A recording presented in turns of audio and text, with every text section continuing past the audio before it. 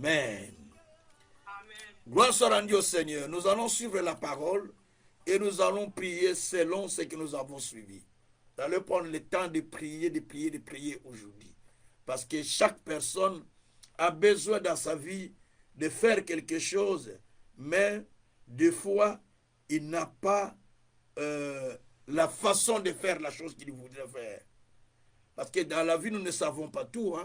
Nous ne connaissons pas tout, mais nous apprenons jour après jour.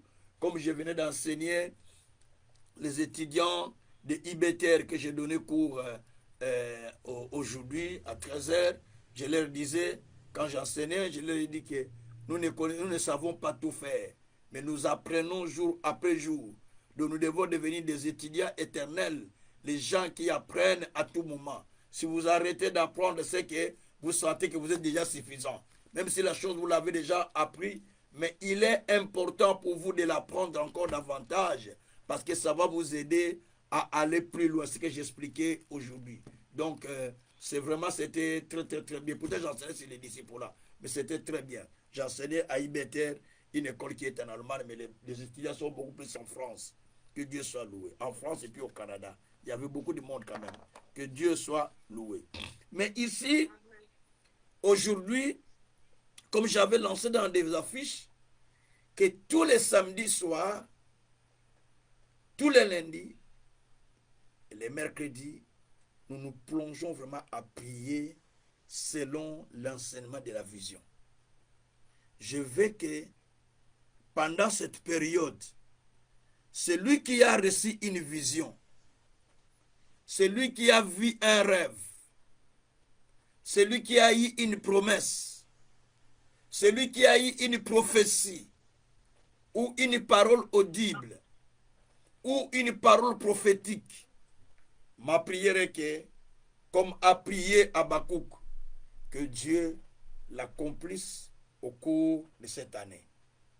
Habakkuk 3, verset 2.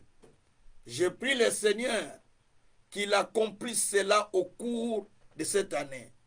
Que Dieu ne tarde pas à l'accomplir, mais que Dieu l'accomplit vite dans la vie de chacun de nous. C'est cela la prière que j'ai dans mon cœur pour chacun de nous. Je sais que le Dieu Tout-Puissant, qui est miséricordieux, finira par le faire. Ça, c'est ma forte conviction. Que Dieu soit loué. Amen. Alors, aujourd'hui, nous prions avec cet enseignement que je donne, qui s'intitule « Bâtissez selon la vision de Dieu ». Bâtissez votre vie. Bâtissez votre famille. Bâtissez votre couple. Bâtissez votre avenir. Bâtissez l'Église. Bâtissez la vie chrétienne selon la vision de Dieu. J'ai expliqué la fois passée que la vision, c'est la compréhension du plan de Dieu à l'égard d'une personne. C'est lorsque vous comprenez le plan que le Seigneur a pour vous. C'est là, on appelle ça la vision. La Bible dit, dans le livre de Jérémie 29, verset 11, « Je connais les projets que j'ai formés pour vous. Projet de paix, non, de malheur. En outre, je connais les plans que j'ai pour vous. Plan de paix, non, de malheur. » Donc Dieu a un plan pour chacun de nous. Ces plans, quand Dieu le dévoile, le montre à quelqu'un, c'est là qu'on appelle la vision.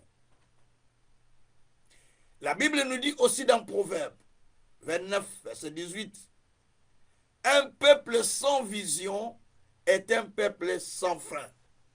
Errer s'il observe la loi. » Donc lorsque le peuple n'a pas la vision, lorsque le peuple n'a pas la compréhension du futur, la Bible dit que ce peuple vit en désordre.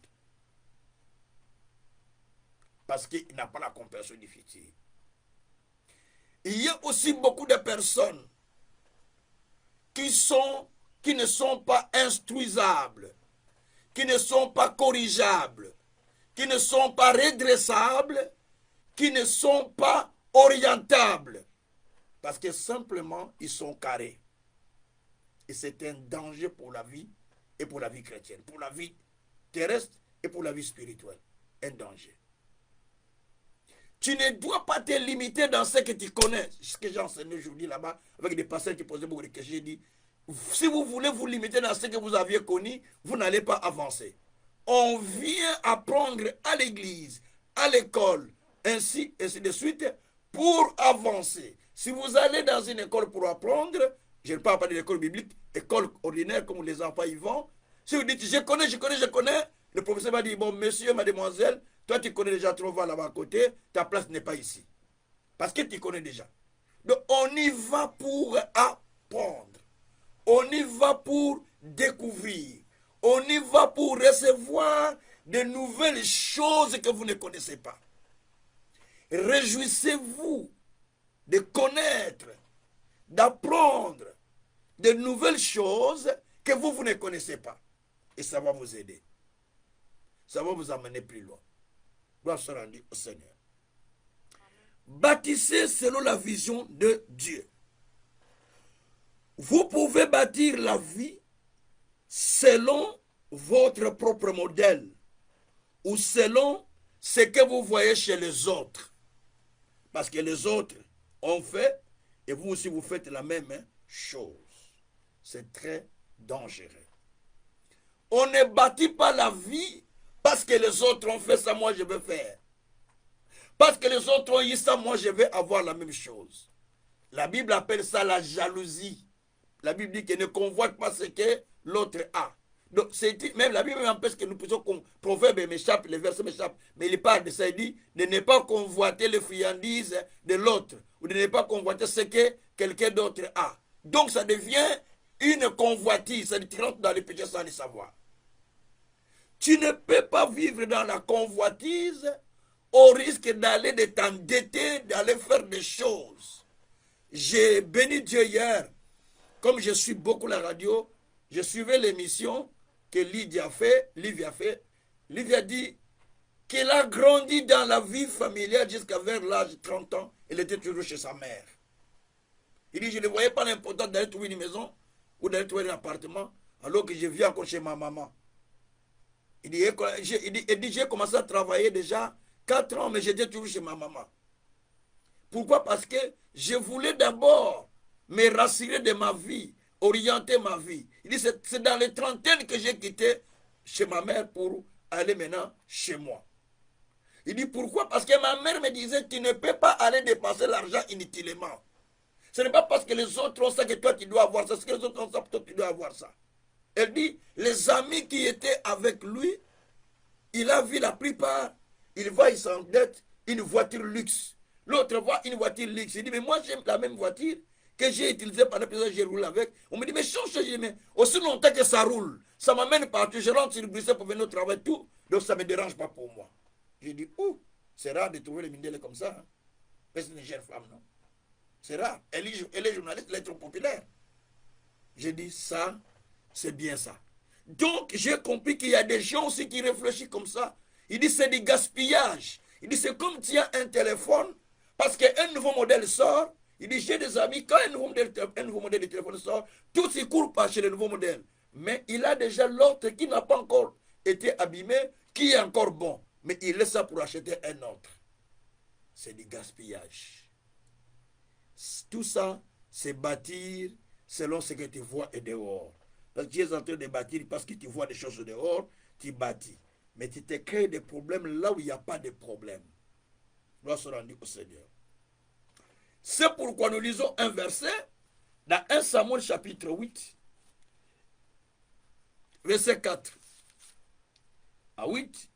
Nous allons voir là-bas les enfants d'Israël, les anciens, qui sont allés vers Samuel, lui disant qu'il est devenu vieux, ses enfants ne marchent pas dans ses traces. Alors, qu'ils leur choisissent un roi. Comme les autres pays qui ont aussi des rois. Nous voulons un roi comme les autres pays. Je vais lire le verset. Je suis dans 1 Samuel chapitre 8. Ne fais pas des choses parce que les autres ont. Non. Ça, c'est pas bon. Tous les anciens, je commence au verset 4. 1 Samuel 8, pardon. Je commence au verset 4. Je vais aller jusqu'au verset 7. Tous les anciens d'Israël s'assemblèrent et vinrent auprès de Samuel à Rama. Il lui dit, voici tu es vieux. Tes fils ne marchent point sur tes traces. Maintenant, établis sur nous un roi pour nous juger, comme il y en a chez toutes les nations. Samuel vit avec déplaisir qu'il disait, donne-nous un roi pour nous juger. Et Samuel pria le Seigneur, ou l'Éternel. Samuel prie, j'ai sauté d'ailleurs. Samuel pria le Seigneur, voilà, je suis là. Et Samuel dit, voilà, je suis encore où, je saute le verset comment. Voilà. Et l'Éternel dit à Samuel, écoute la voix du peuple dans tout ce qu'il te dira, car ce n'est pas toi qui les rejettes, mais c'est moi qui les rejette, afin que je ne règne plus sur eux. Ils agissent à ton égard comme ils ont toujours agi depuis que je les ai fait monter d'Égypte jusqu'à ce jour. Ils m'ont abandonné pour servir d'autres dieux. Ici, nous voyons, Samuel était devenu vieux. Alors, les anciens d'Israël allèrent vers Samuel pour dire, Samuel, tes enfants ne marchent pas dans tes traces. Et toi, tu es déjà vieux. Établis-nous un roi comme toutes les autres nations, afin qu'il nous juge. Un roi qui va nous juger comme l'ont toutes les autres nations. Donc, ils ont demandé le roi parce que les autres nations ont des rois.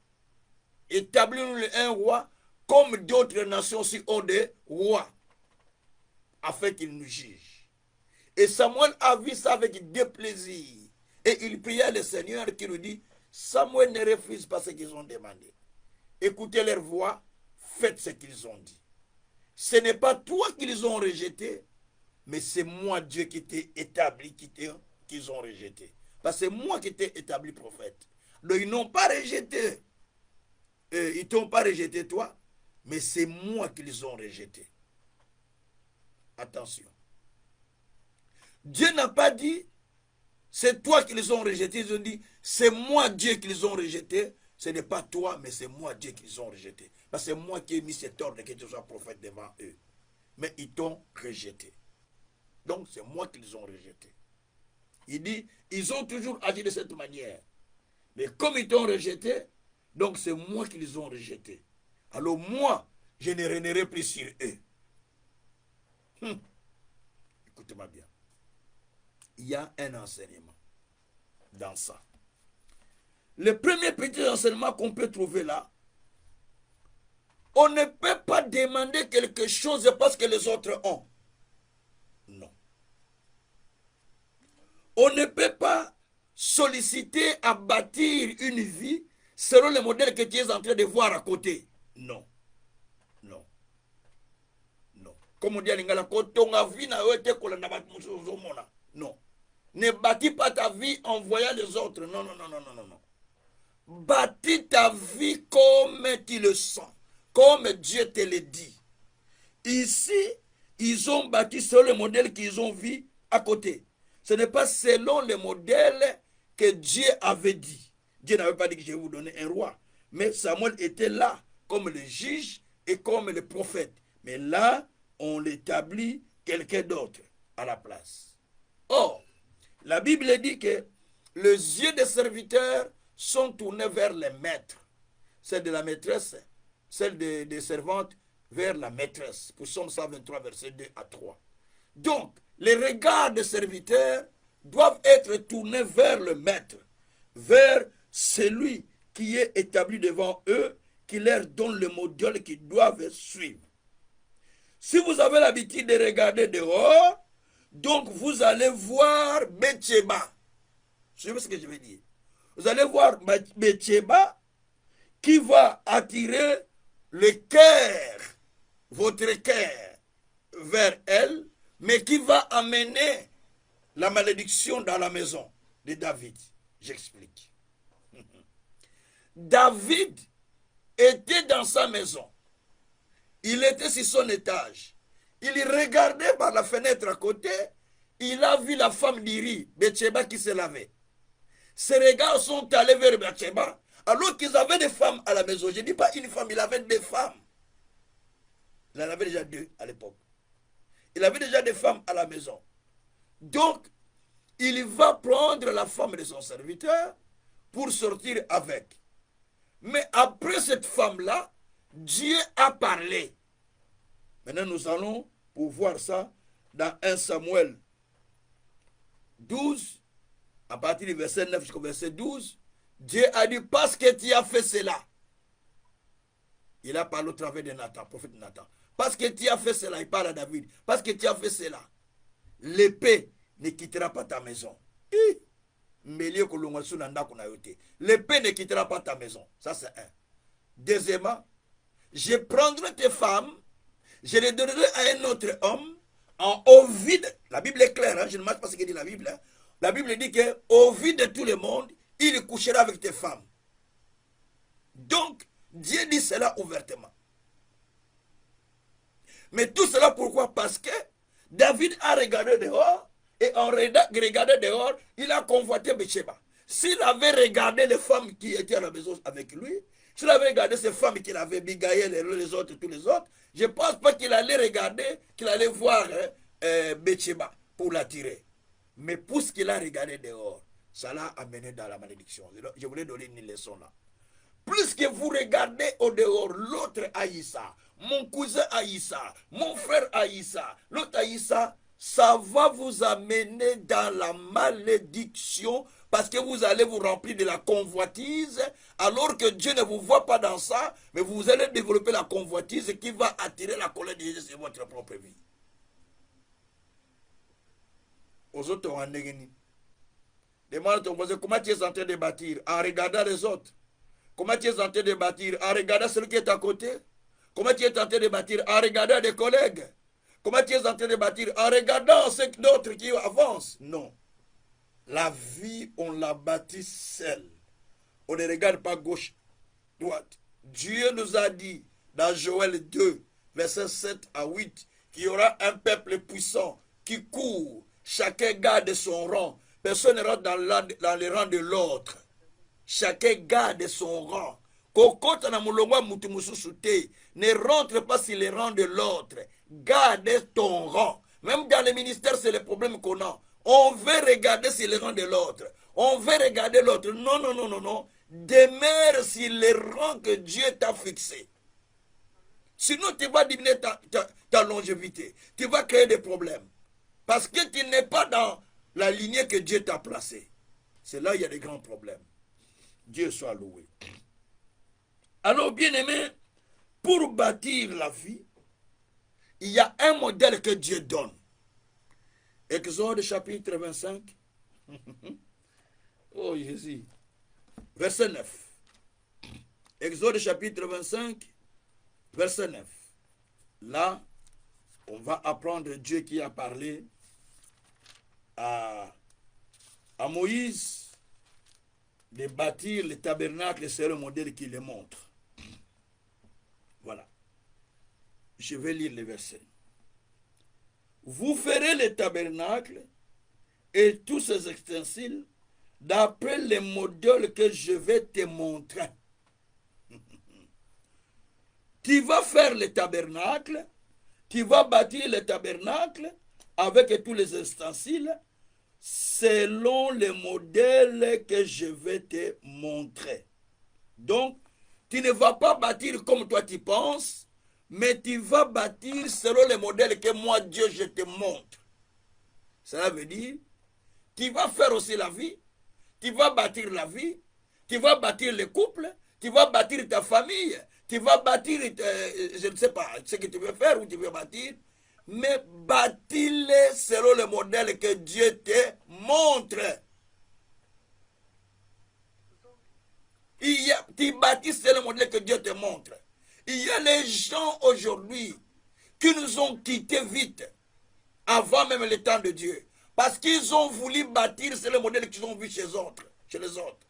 Précipitamment, ils ont perdu la vie, parce qu'ils ont voulu bâtir selon le modèle des autres. Dieu nous a placés dans cette terre. Chacun a un plan pour lequel Dieu l'a établi sur la terre. Tu dois bâtir selon le plan que Dieu t'a établi sur la terre.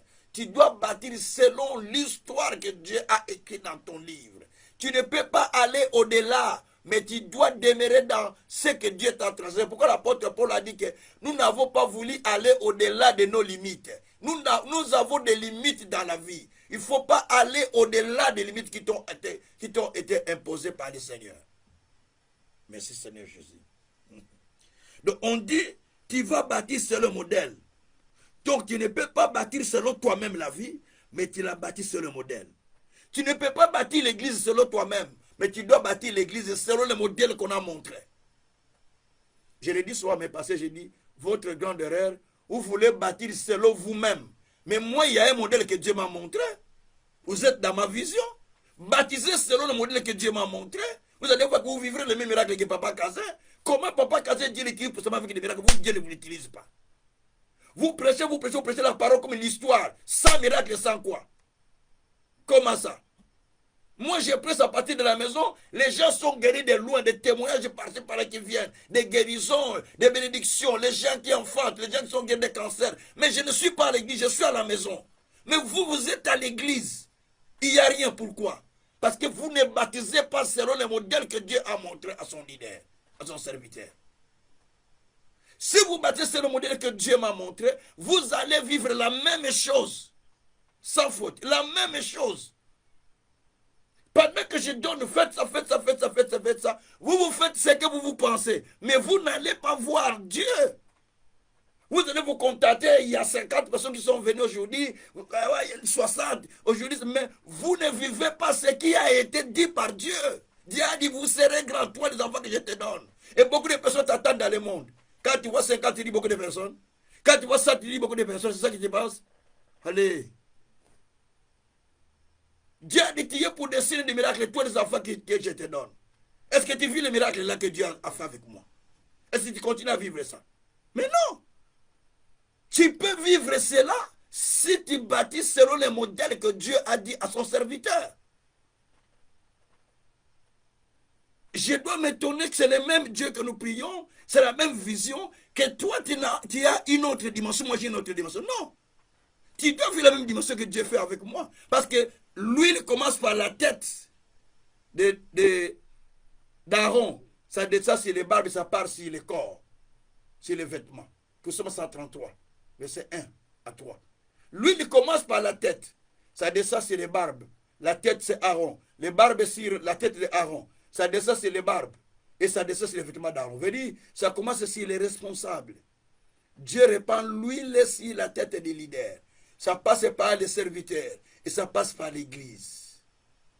Et si vous n'êtes pas conscient, ça vous saute, ça tombe sur l'église. Les serviteurs, rien. Mais des fois, les membres de l'église, ils ont la grâce et l'onction de faire. Des fois, les serviteurs, ils n'ont pas. Pourquoi? Parce que vous ne bâtissez pas selon le modèle qui vous a été montré. Merci Seigneur. Vous devez bâtir la vie selon les modèles. Quand vous bâtissez selon le modèle qui vous a été montré, vous allez voir que vous allez partir plus loin. Vous savez que tout fabricant d'un appareil, il donne la notice sur laquelle on donne les informations pour l'utilisation de l'appareil que vous avez acheté. Les instructions de l'appareil ne sont pas en dehors de l'appareil. C'est dans les cartons, dans l'emballage de l'appareil. Et là, vous trouvez toutes les instructions qu'on a données, comment il faut utiliser l'appareil. Et si tu prends, tu dis, je connais, je sais déjà faire, tu commences à utiliser, sans lire la notice, tu pourras louper une fonction que tu devais utiliser pour mieux utiliser ton appareil, mais tu l'as loupé. Parce que tu te dis, je connais. Donc, il faut apprendre. Il faut apprendre les choses. C'est pourquoi l'apôtre Paul a dit, dans 1 Corinthiens 3, verset 10 à 11, il a dit, j'ai posé le fondement comme un sage architecte, que celui qui bâtit dessus prend garde de la manière dont il y bâtisse. Moi, j'ai posé le fondement comme un sage architecte, mais celui qui bâtit dessus prend garde de la façon dont il est en train de bâtir. Bien-aimé, tu dois prendre garde de la façon dont tu es en train de bâtir. Tu dois prendre garde de la façon dont tu es en train de bâtir. L'apôtre Paul dit, j'ai posé le fondement comme un sage architecte. Mais tu dois prendre garde de la façon dont tu bâtisses. Donc dans la vie, tout ce que tu fais, il faut savoir comment le faire. Fais-le avec beaucoup d'attention de ne pas renverser les fondements. Fais-le avec beaucoup d'attention de ne pas faire en sorte que tu tournes les choses. Non. La Bible dit dans Psaume 11, verset 3, si le fondement est renversé, que ferait-il le juste? Quand déjà le fondement est renversé, même si tu fais d'efforts, rien ne va tenir. Parce que le fondement est déjà renversé. Le fondement est déjà renversé. Mais tu forces les choses, ça ne tiendra pas. Le fondement est renversé. Tu as besoin de corriger là où tu as fait l'erreur. Parce que tout ce que tu dois faire, il faut savoir qu'il y a un Dieu qui est au-dessus de toi. Il y a un Dieu qui veille sur toi. Il y a un Dieu qui te donne le souffle de vie. Il y a un Dieu qui décide sur nous. Il y a un Dieu qui a donné l'orientation. Et surtout si tu es dans une église. Il faut savoir faire des choses selon la vision de l'église. Que Dieu soit loué. Alors, bien-aimé, quand tu vas quelque part, dans un pays, dans une ville, apprends la culture de la ville. Suivez bien. Apprends la culture de la ville. Comment ils vivent. Comment ils marchent. Qu'est-ce qu'ils font. Quand tu vas dans une église aussi, apprends la culture de cette église. Comment ils prient. Comment ils fonctionnent. Apprends leur culture. Quand tu pars dans une entreprise, intègre la culture de cette société, de cette entreprise. Comment ils travaillent, comment ils marchent. Ne dis pas, là où j'étais, c'était comme ça. Ici, c'est... Non, non, non, non. Apprends la culture de là où tu es parti. C'est là où nous loupons, c'est là où nous échouons, nous tous qui sommes venus sur toi en Europe. Pour la plupart, nous n'avons pas intégré leur culture pour gagner ces âmes-là. Nous sommes restés avec la culture du pays d'où nous sommes venus. Et nous ne savons pas gagner ces âmes-là que nous avons trouvées ici. Parce que nous n'avons pas intégré leur culture. Ah oui. Ah oui. Donc, c'est très dangereux. Quand vous allez dans un pays, faites tout de comprendre leur culture. Faites tout de comprendre leurs habitudes, leur façon de vivre. Comme ça, vous ne vivez pas n'importe comment. Ne soyez pas pressés de dire n'importe quoi. Mais respectez. Respectez. Parce que vous ne savez pas ce qui peut être, ce qui peut arriver. La Bible dit que l'apôtre Paul dans Acte 17, il s'est retrouvé à Aréopage. Donc on est en Grèce là. Et la Bible dit, à partir du verset 24, il a trouvé les gens qui servaient les Seigneur. Vous lisez à partir du verset 17, l'histoire, vous allez comprendre bien. Donc, il a trouvé les gens qui priaient là-bas, qui priaient les dieux de Diane, les dieux de... Donc, ils avaient beaucoup de dieux qu'ils priaient. Et il dit, mais j'ai vu ici les dieux inconnus, dieux de Diane, dieux tels, dieux inconnus. Donc, il a vu qu'il faisait des dévotions, des cultes, voués à des dieux inconnus, à des dieux de Diane, à des dieux inconnus. Alors, maintenant, Paul est venu. Quand il a vu, il a dit, ah, j'ai vu vos cultes, votre dévotion. Je vois que vous êtes vraiment religieux. Et quoi, quand on disait religieux, que c'est bon, hein? Je vous vois vraiment extrêmement religieux. Un religieux n'est pas un chrétien. Non. Religieux, c'est un religieux. C'est-à-dire quelqu'un qui vit dans la religion, mais qui n'est pas dans la connaissance profonde avec Dieu, mais qui vit dans sa religion. Et là, Paul a dit, alors, maintenant je vais vous enseigner, je vous montrerai, je vais vous parler d'un Dieu. Parce que je vois, vous avez parlé de Diane, ainsi de suite, mais je vous montre un Dieu inconnu que vous ne connaissez pas. Il dit, la divinité ne peut pas être semblable à des choses que vous êtes en train de faire là. Vous avez fait des statues, des sculptures, tout ça, en disant ça c'est le Dieu tel, Dieu tel. La divinité ne peut pas être semblable à des choses que vous avez fabriquées, des statues là. Et il a commencé à prêcher maintenant Jésus. Et il a prêché le Seigneur Dieu, et les gens se sont convertis. Mais pour aller gagner ces âmes-là, il a d'abord observé leur culture, il a observé leur culte, il a observé leur façon de prier pour pouvoir comprendre et avoir comment il peut gagner, comment tu peux gagner ces gens-là. Et c'est très important. Quand vous allez quelque part, seulement, non, écoutez, observez, ne parlez pas, regardez-les, comment s'apprendre, comment ils sont. Et puis toi, tu vas maintenant donner la leçon que toi tu as avec sagesse et tu pourras les gagner facilement. Gloire soit rendue au Seigneur. Alors ça, c'est le plus grand problème qu'on trouve. Donc les gens, lorsqu'ils vont quelque part, ils ne cherchent pas à comprendre la façon de vivre. Ils ne cherchent pas à comprendre la culture du pays. Ils ne cherchent pas à comprendre la façon de servir. Vous allez dans une église, vous allez dans un ministère, vous quittez chez Pasteur Kazan, vous trouvez notre pasteur, merci, mais cherchez à comprendre la culture de ce ministère. Qu'est-ce que Dieu a dit dans ce ministère? Quelle est la vision que Dieu a donnée dans ce ministère? Quelles sont les choses que Dieu a dit? Vous comprenez ce qui a été dit et vous saisissez vous aussi cela à votre tour. Vous commencez maintenant à servir Dieu ou à payer Dieu à bâtir votre vie par rapport à ce qui a été dit. Je vous lis le verset.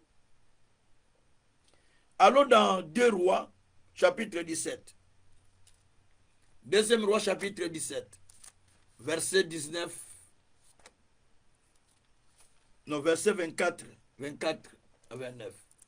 2 Rois, chapitre 17. Verset 24. Jusqu'au verset 29. Merci Seigneur. Merci Tout-Puissant. Bâtir selon la vision de Dieu. Il ne faut pas bâtir selon toi-même. Bâtis tout selon la vision. Faites tout avec la vision de Dieu. Faites tout selon l'orientation de Dieu. Faites tout selon la volonté de Dieu. Faites tout selon la parole du Seigneur. Faites tout selon ce qui vous a été dit. Ne faites pas ce que vous voulez vous-même. Contrôlez-vous. Ayez un peu comment on appelle encore ça? Le terme m'échappe. Les retenus, voilà. Ayez un peu de retenus. C'est votre façon d'agir. Ayez un peu la maîtrise de soi. Ne soyez pas émotionnel. Ne soyez pas pressé. Aujourd'hui, les chrétiens sont tellement émotionnels. Amen, amen, amen. Même les Kambakoloba, amen, amen. Même les choses qu'on ne peut pas dire amen, amen. Non. Ne soyons pas émotionnels. Et ne soyons pas fanatiques des églises, ni fanatiques des pasteurs. Mais au contraire, soyons conduits par la parole du Christ. Soyons séduits par la parole de Dieu. Pas par les choses que les gens nous disent. Vous êtes tellement fanatiques des pasteurs. Oh, je n'aime pas parce qu'il parle français bien. Je n'aime pas parce qu'il parle bien français. Je n'aime pas parce qu'il a beaucoup de gens. Je n'aime pas parce qu'il parle souvent des problèmes des femmes. Je n'aime pas parce qu'il parle sur les problèmes des hommes. Je n'aime pas parce qu'il fait... Non, non, non, non, non, non, non. On ne peut pas aimer le serviteur à cause de ça. Ce n'est pas ça. On aime tout le monde parce que l'amour nous a été recommandé par le Christ. L'amour du Christ brille dans notre cœur. Romains 5, verset 5. L'amour a été répandu dans nos cœurs par le Saint-Esprit. Romains 5, verset 5. L'amour brille au cœur. Et l'amour du Christ nous presse. 2 Corinthiens 5, verset 14. L'amour de Christ doit nous presser. Hein? Aimez-vous les uns les autres, dit le Seigneur. Même l'apôtre Paul l'a recommandé. Donc l'amour ne doit pas être conditionné. Quel que soit s'il est mauvais, il est bon, ses défauts ou pas, mais vous aimez les personnes. Sans condition. C'est ce que nous dit les Écritures. Aimer quelqu'un, ce n'est pas haïr. Haïr quelqu'un, aimer quelqu'un, ce n'est pas haïr, c'est aimer la personne avec ses défauts, avec ses qualités. C'est ça, aimer la personne. Pas parce qu'il est bon, vous l'aimez. Parce qu'il est mauvais, vous ne l'aimez pas. Non. On aime tout le monde. Qui n'a pas de défauts dans ce monde? Même moi, j'ai mes défauts. Tout le monde a ses défauts. À part Christ. Mais on aime malgré les défauts. Alors, lisons le texte. 1 Roi 17. Versets 24 à 29. Alors, 24, je suis ici. Le roi d'Assyrie fit venir des gens de Babylone, de Kita, d'Ava et d'Amath et de Sepharvaïm et les établit dans le ville de Samarie à la place des enfants d'Israël. Et ils y prirent possession de Samarie et ils habitèrent dans ces villes. Lorsqu'ils commencèrent à y habiter et ils ne craignirent, ils commençaient à y habiter, ils ne craignirent pas l'Éternel et l'Éternel envoya contre eux des lions qui les tuaient. On dit au roi d'Assyrie, les nations que tu as transportées et établies dans des villes de Samarie ne connaissent pas la manière de servir Dieu du pays. Et il a envoyé contre elles des lions qui les font plutôt mourir. Parce qu'elles ne connaissent pas la manière de servir le Dieu du pays. Et le roi d'Assyrie donna cet ordre, faites y aller l'un des prêtres que vous avez amené de là en captivité, qu'il parte pour y s'établir et qu'il leur enseigne la manière de servir le Dieu du pays. J'explique. Verset 28 et 29. Bon. Un des prêtres qui avait été amené captif de Samarie vint s'établir à Bethel et leur enseignant comment ils devaient craindre l'Éternel. Mais les nations firent chacune leur Dieu dans des villes qu'elles habitaient et les placèrent dans des maisons de hauts lieux bâtis par les Samaritains. Bon, j'explique. Donc, ici, l'Israël, comme ils n'obéissaient pas souvent à l'Éternel, ils avaient toujours des rébellions contre Dieu, ils se rébellaient à la parole de Dieu. Et Dieu maintenant les a livrés en captivité par les rois d'Assyrie, c'est-à-dire Iran d'aujourd'hui. Il les a livrés par les rois d'Assyrie, donc c'est Iran d'aujourd'hui. Alors, lorsqu'il les livrent là-bas, ils sont partis en captivité. La Bible dit, leur territoire maintenant a été remplacé par d'autres populations que les rois avaient amenées. Les rois ont pris d'autres populations, d'autres pays, de d'autres villes, qu'il avait placées à la place des enfants d'Israël dans leur ville. Mais eux-mêmes, ils ont été amenés en captivité parce qu'ils n'obéissaient pas. Alors d'autres peuples sont allés les remplacer. Qu'est-ce qu'on va constater?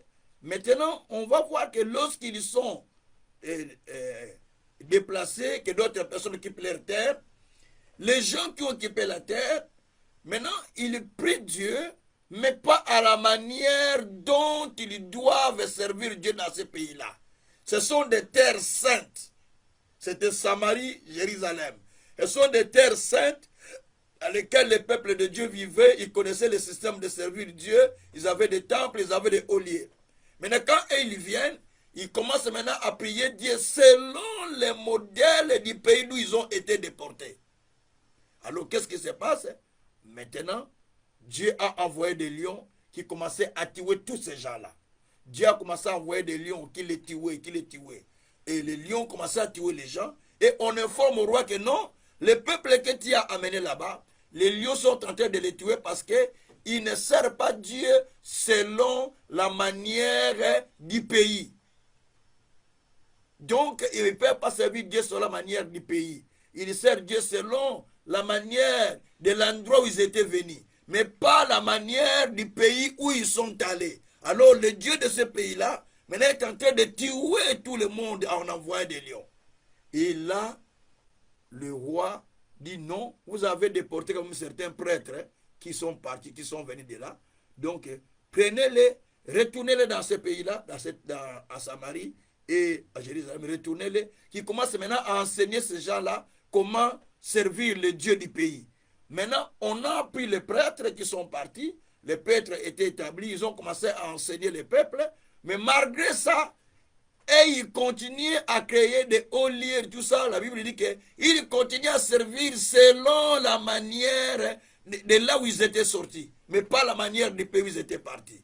Et les lions continuaient toujours à les tuer. C'est-à-dire, quand vous quittez une église, vous allez dans une autre église, vous allez trouver une manière de servir là. Quand vous quittez un ministère, vous allez ailleurs, vous allez trouver une manière de servir là.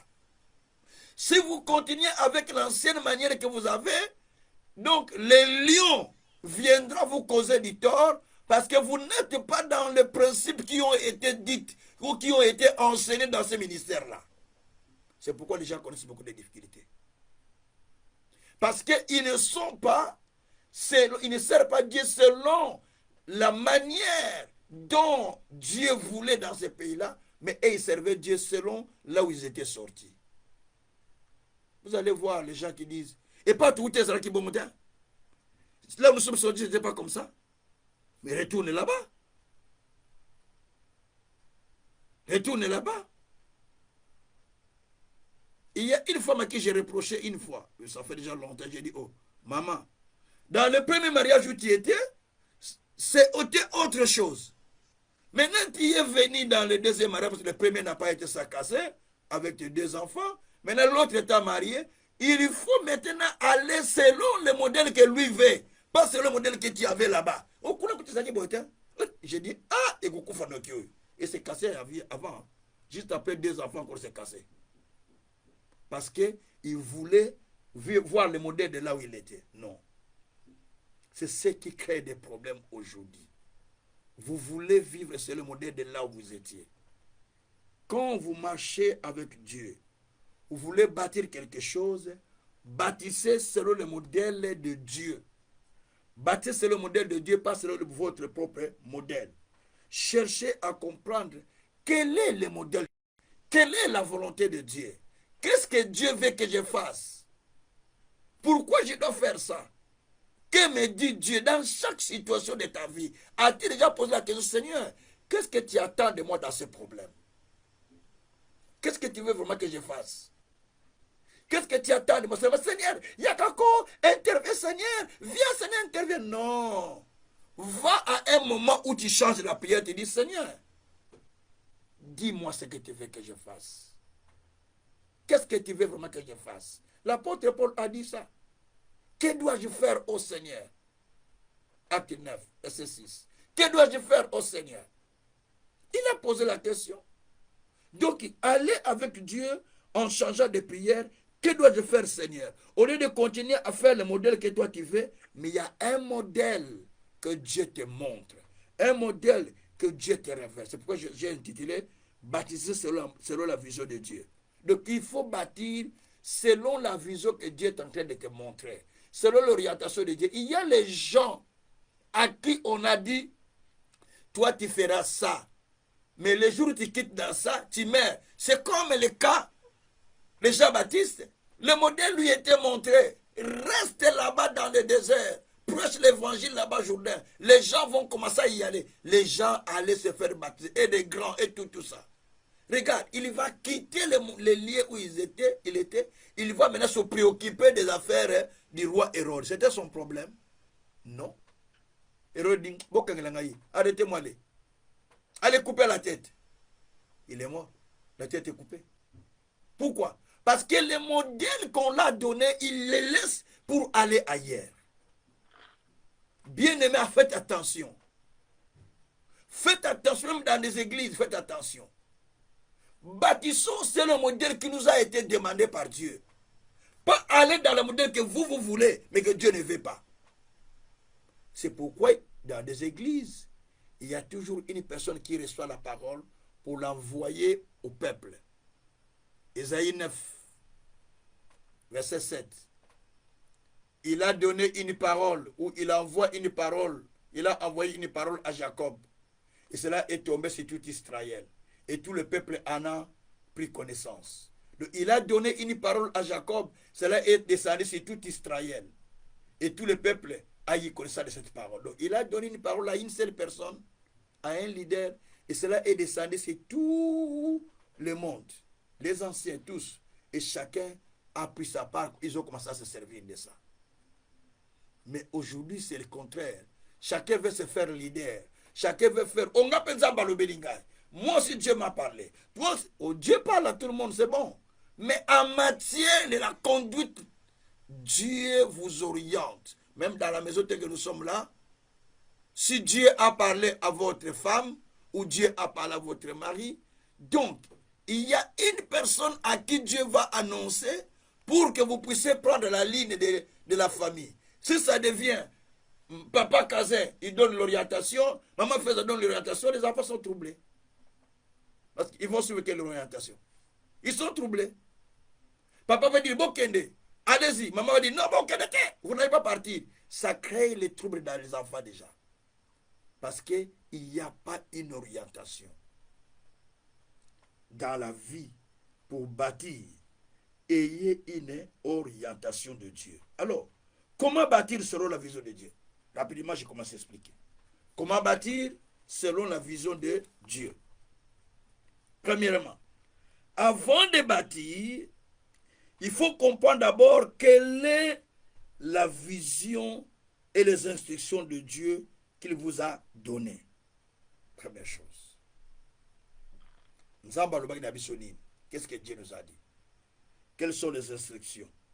Quand vous comprenez ça, vous allez partir plus loin. Par exemple, chez moi, Dieu m'a dit, toi et les enfants que je te donne, vous êtes pour des signes et des miracles. Vous serez grands. Vous aurez de la force.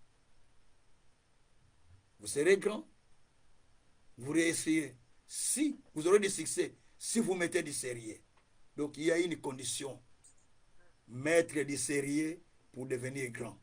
Mettre du sérieux pour réussir. Ça, c'est la condition que Dieu m'a donnée. C'est pourquoi je ne blague pas avec la chose de Dieu. Je suis là déjà à l'air. Des fois, les connexions me compliquent. Mais déjà à l'air. Des fois, je reste ici. Toute l'après-midi, je suis là. Quand vous me voyez là, des fois, j'ai passé toute ma journée ici. J'ai donné le cours à 13h. J'étais déjà là à 12h. J'ai donné cours à 13h. Avec des étudiants de IBTR, l'autre école là où j'ai donné ce cours. Parce que c'est la journée. Et puis, je suis resté. Je suis sorti pour aller chercher ma fille à la gare. Je suis retourné. Je suis toujours là. Toute la journée, je l'ai passé ici. C'est la cave, hein. C'est en dessous. Mais j'ai passé toute la journée là-bas dans son petit bureau. Donc, pour vous dire simplement qu'il faut avoir les instructions de bâtir. Salomon, lisez 2 Chroniques, chapitre 6, verset 1 à 8. Salomon a bâti le temple de Dieu selon la vision que Dieu a donnée à son pays. Il dit, c'est selon, on va bâtir le temple selon la vision que Dieu a donnée à mon père David. Il n'a pas dit c'est la vision que Dieu m'a donnée. La vision que Dieu a donnée à mon père David. Il a bâti selon la vision que Dieu a donnée à David. Vous voyez un peu ça? Donc il faut d'abord saisir les instructions. Ça, c'est les instructions que je donne. Quelle est la vision que Dieu a donnée à Papa Kazemé? Dieu lui a dit de conduire l'avion, d'aller distribuer l'eau dans le monde. Les récipients d'eau étaient dans la ville, il va distribuer cette eau dans le monde. Et il m'a dit, cette eau, c'est la parole, va libérer ceux qui sont captifs. Donc, tu sais que, la vision de cet homme, de ce monsieur, c'est d'aller libérer ceux qui sont captifs, parce que Dieu lui a envoyé comme ça. Et Dieu a dit, si tu mets du sérieux, tu auras du succès. Dieu lui a dit, tu commenceras une école. Tu vas commencer à former les gens. Et tu seras leader des leaders. Donc si toi tu viens me suivre, même à l'école, même à l'église, sache que tu as en toi la semence des leaders. Tu as en toi la semence de la grandeur. Donc tu es appelé à être grand. Si tu es à côté de Pasteur Kazan, dis-toi, comme j'écoute cet homme, Dieu lui a dit qu'il sera grand. Donc tu as la semence de la grandeur. Dieu a parlé à Abraham en disant, je rendrai ton nom grand. Toutes les nations seront bénies en toi. Dis-moi quel est l'enfant d'Abraham que toi tu connais qui n'a pas été grand. Ismaël était grand. Isaac était grand. Prends maintenant les descendants d'Abraham. Tous les enfants d'Abraham, prenez maintenant les descendants. Même Esaü était grand. Edom que vous parlez, c'est Esaü, non? Edom. C'est Esaü, il était grand. Jacob n'en parlons même pas. Parce que c'est la promesse qui était chez Abraham. Donc, chaque place que tu vas, si tu pars chez un pasteur qui ne vous dit pas ce que Dieu lui a dit, dis-moi l'église de la maman. Vous en avez des sommité. Sors de cette église, je te recommande. Sors de cette église qui n'a pas péché. Sortez de cette église. Parce que Dieu envoie un serviteur avec un message clair, avec des promesses qui doivent profiter au peuple. Il n'a pas envoyé Moïse sans message. Il a envoyé Moïse avec les messages et avec les promesses que le peuple doit profiter. Parce qu'il a dit au peuple que vous irez à Canaan, prendre des possessions de Canaan, pays où coule le lait et le miel. C'est le pays qui vous a été promis. Et même à la mort de Moïse, Josué, quand il a commencé à conduire, il sait que Dieu lui a dit de conduire ce peuple pour l'amener à Canaan, pays où coule le lait et le miel. Josué 1, verset 9. Donc, tout le monde savait que la mission, c'est d'aller là-bas à Canaan, où coule le lait et le miel. Il y avait une mission claire et les promesses claires. Dieu qui a dit que je serai avec vous, il y a les promesses claires. Donc, et ça, c'est que vous devez comprendre. Deuxième élément à faire, utilisez des bonnes pierres quand vous commencez à construire. Écoutez bien. Quand vous voulez construire la vie, vous voulez bâtir la vie, vous voulez aller plus loin, ne prends pas toutes sortes de pierres qui te voient en route. Prends les pierres qui sont taillées intérieurement et extérieurement. 1 Roi chapitre 6, verset 7, la Bible dit, on utilisait les pierres qui étaient toutes taillées, intérieurement et extérieurement. La Bible dit, il n'y avait pas de bruit pendant la construction parce que les pierres qu'on utilisait étaient sciées intérieurement, extérieurement.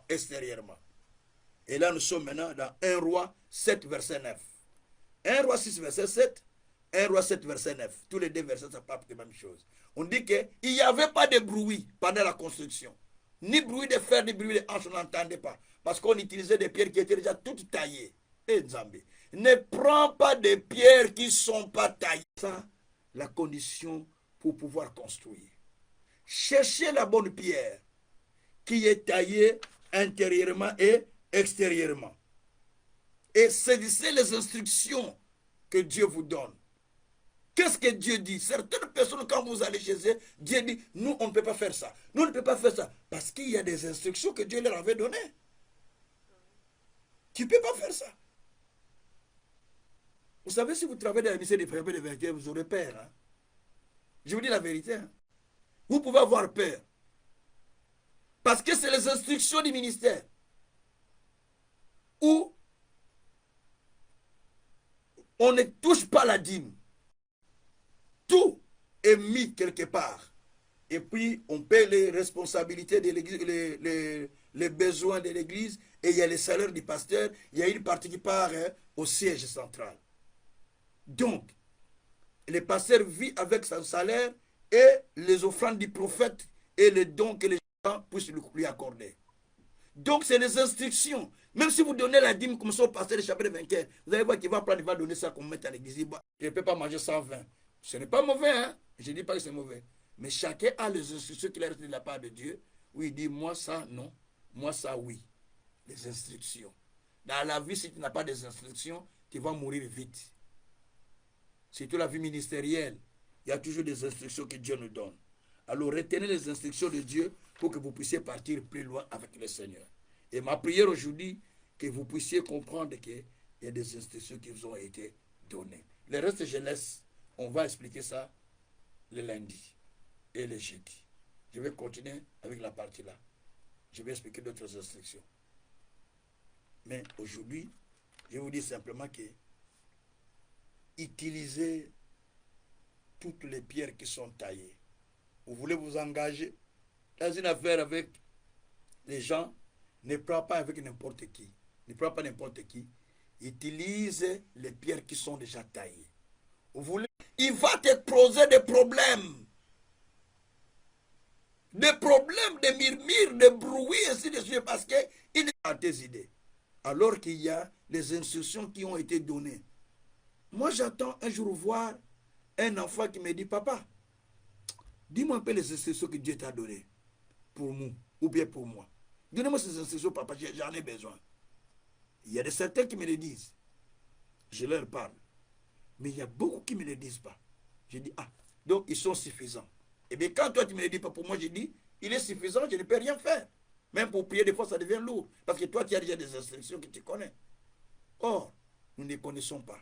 Nous cherchons tous à connaître et Dieu met des gens devant nous qui ont reçu des instructions pour nous aider. Paul, qui est lui qui a reçu la grande vision pour aller vers les nations. Mais on a envoyé un jeune homme, un monsieur, pardon, qui s'appelait, un disciple qui s'appelait Ananias, un homme rempli d'esprit, de bons témoignages aussi, qui est venu pour nous ouvrir les yeux, enlever les écailles, lui donner des instructions que Dieu lui avait données pour qu'il fasse le ministère qu'il a fait. Les instructions viennent de qui? D'Ananias. Vous voyez Paul, mais c'est Ananias. C'est Ananias qui a fait tout cela. Vous voyez tout cela pourquoi? Parce qu'il a compris que je dois écouter cet homme. Bien sûr qu'il n'a pas le même niveau que moi, intellectuellement, mais je dois l'écouter. Il a prié pour lui, les écailles sont tombées. Il a prié pour lui, les yeux sont ouverts.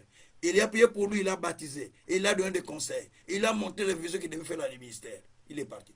Donc qui est son père spirituel? C'est Ananias.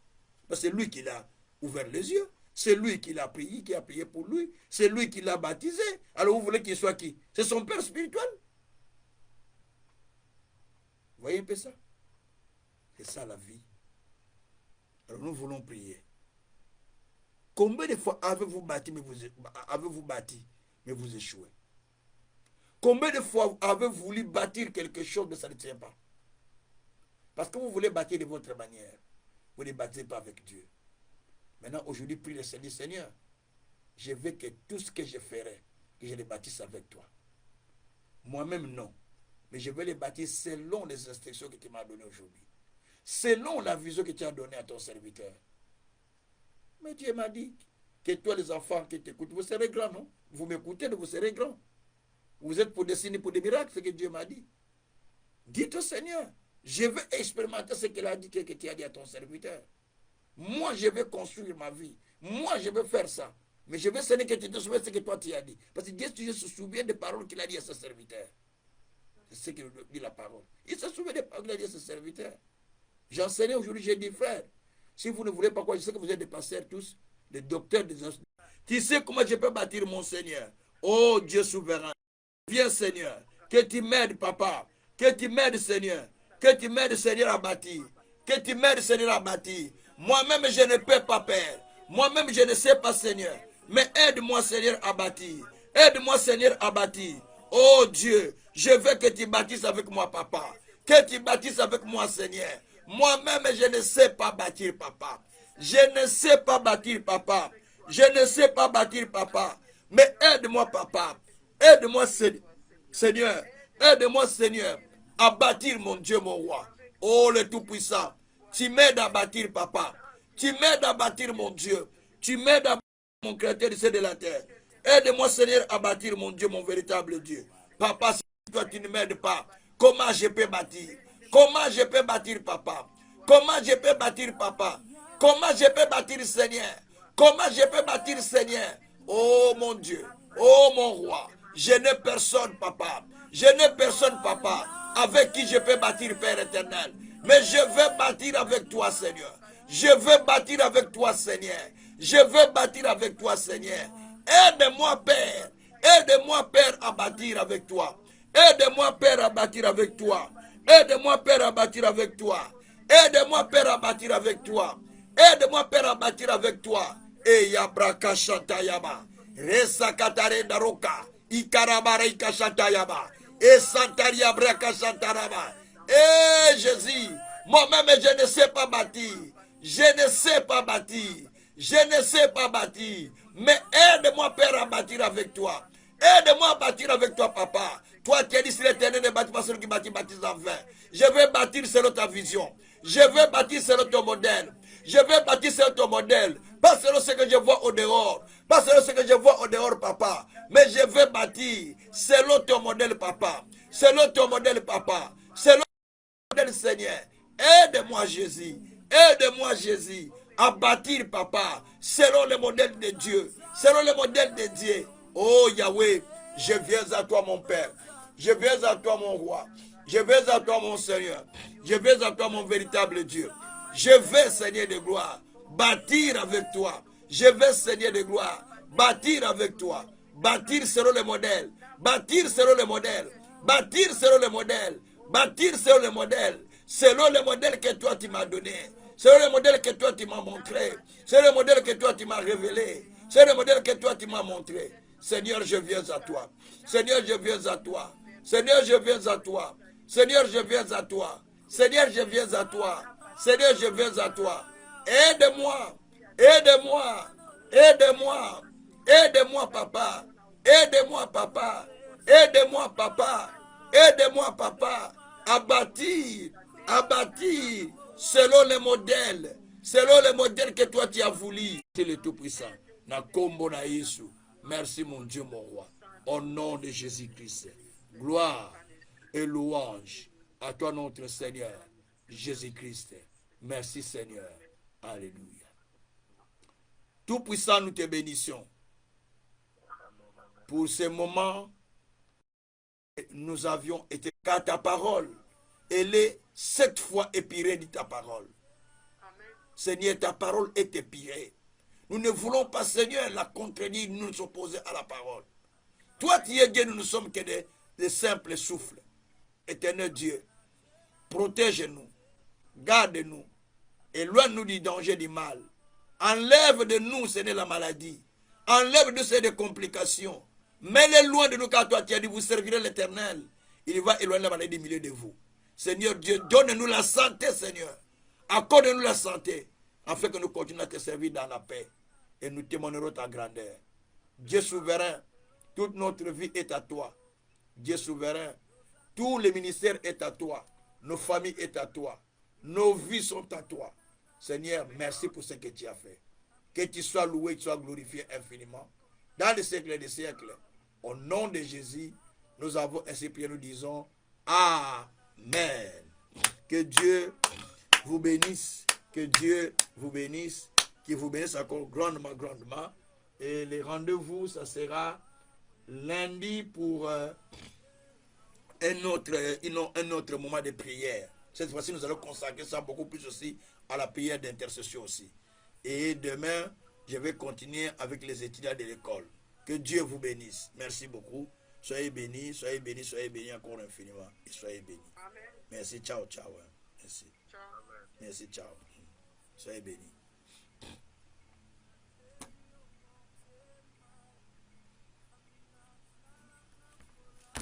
Merci Jésus. Merci Seigneur. Merci mon Dieu, mon roi. Merci mon roi.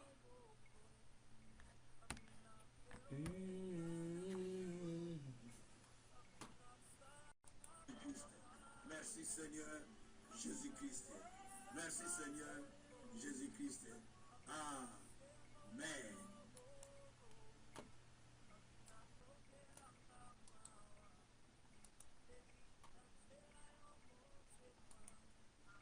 Gloire soit rendue au Seigneur. Nous allons suivre la parole et nous allons prier selon ce que nous avons suivi. Allez.